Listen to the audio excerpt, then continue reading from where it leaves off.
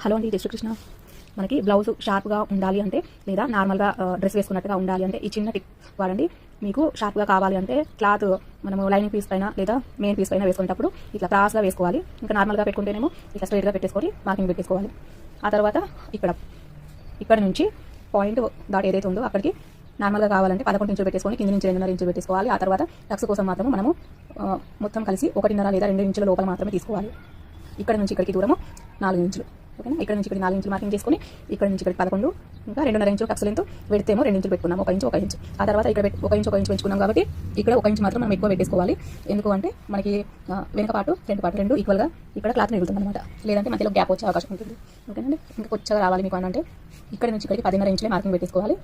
ఇక్కడ నుంచి ఇక్కడ మాత్రం 4 ఇంచులే 10.5 మార్క్ పెట్టేసుకున్న తర్వాత ఇక్కడ నుంచి ఇక్కడ 3 ఇంచులు, ఇక్కడ మనం 1 తీసుకున్నాం కదా, అక్కడ 1.5 అంటే మొత్తం కలిసి 2.5 లేదా 3 ఇంచుల వరకు తీసుకోవాలి. ఇక్కడ 3 ఇంచుల వరకు తీసుకున్నామంటే ఇక్కడ మనం 1.5 ఇంచు పెంచుకోవాల్సి ఉంటుంది.